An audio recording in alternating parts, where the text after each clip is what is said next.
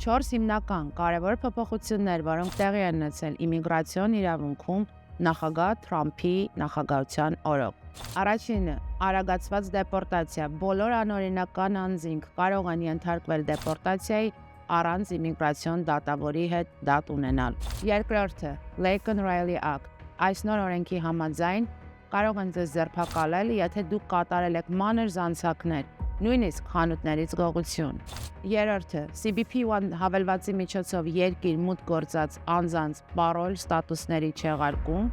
և պարոլ ստատուսների հիման վրա ստացված աշխատանքի իրավունքների չեղարկում։